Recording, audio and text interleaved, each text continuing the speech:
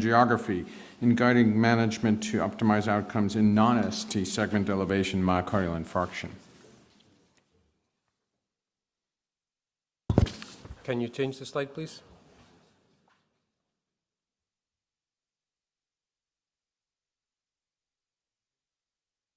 Okay.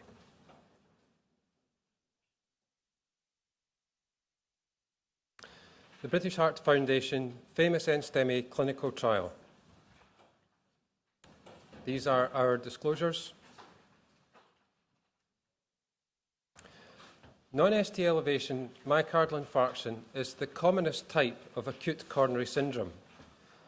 NSTEMI patients are managed with standard care with invasive angiography during an urgent care pathway.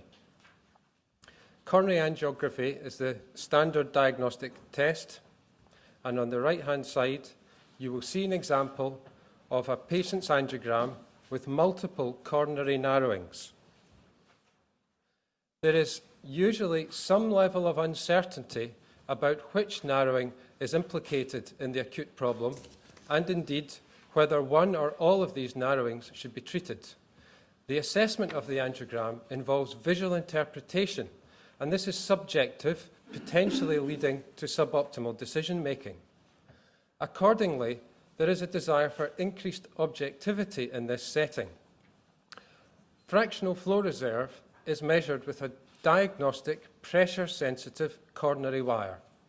The wire is passed across the stenosis, and the pressure drop during hyperemia induced with adenosine is the fractional flow reserve, and a threshold of 0.8 is taken as indicative of ischemia and a threshold for treatment decision-making for revascularization or not.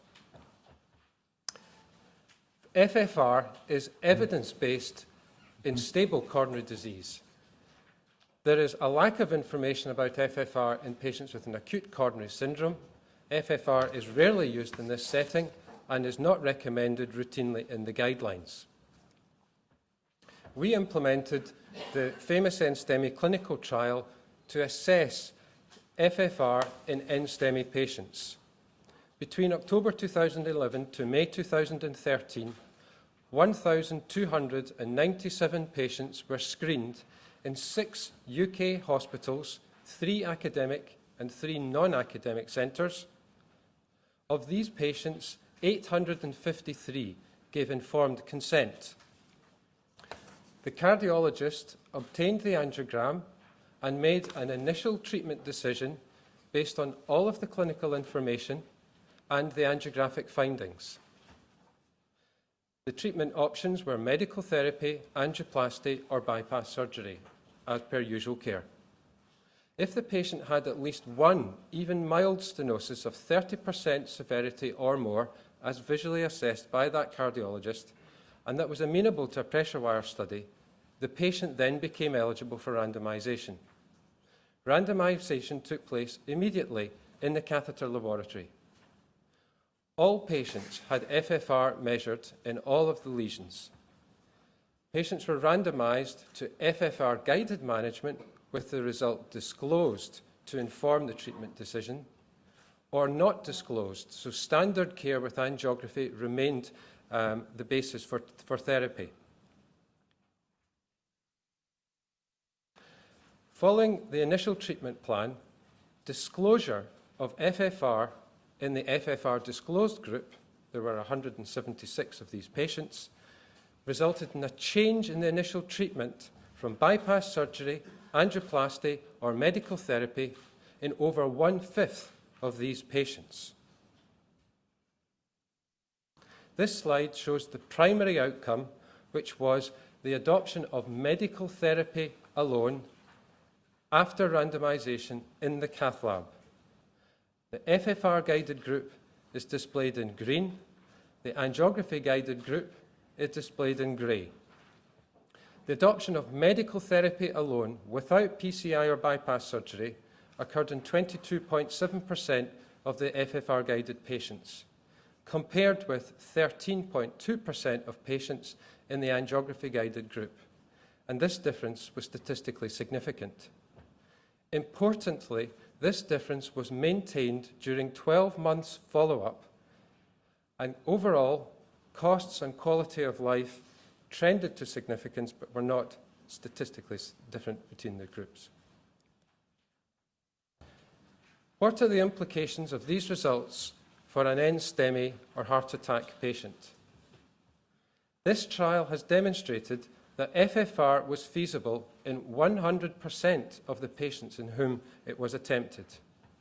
It was also safe, with guide wire-related dissections occurring in 0.03% or 2 of the patients.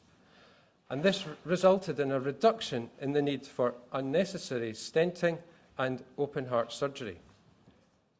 For these patients, there were trends in the reduction of duration of hospital stay, in costs, and in trends to improvement in quality of life at 12 months in the FFR guided group compared with the angiography guided group.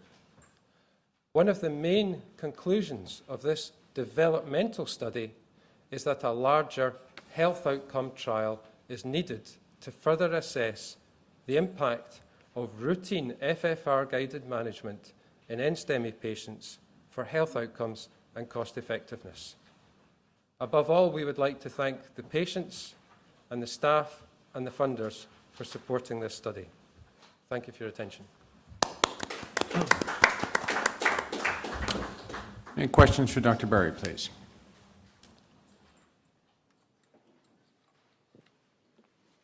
Can you explain to the group a little bit about how long it takes to do FFR in the Cath lab? About 10 minutes to pass the wire, to set up the adenosine if it's intravenous, even shorter if it's intracoronary adenosine, approximately 10 minutes. Yes, please. Hi, I'm Michael Reardon, also at theheart.org. I just have a question. Can you comment a little bit about what is known currently about the relationship between ischemia and sort of clinical outcomes, and whether or not that's a definitive relationship at this stage in the game? So thank you for that question. So there is a large clinical trial in patients with stable coronary disease called ischemia, which will definitively answer that question. Of course, that trial is in patients with stable coronary disease. Our research is particularly focused on patients with heart attack, and this is, to some extent, an area of uncertainty which we have specifically addressed. Whilst we adopted the threshold of 0.8, which is evidence-based in stable coronary disease, we are open as to the relationship between invasive lesion-level ischemia and health outcomes. Certainly, the invasive measurement of lesion-level ischemia by the pressure wire is evidence-based to improve health outcomes in patients with stable coronary disease. Okay, thank you very much. If there are no more questions,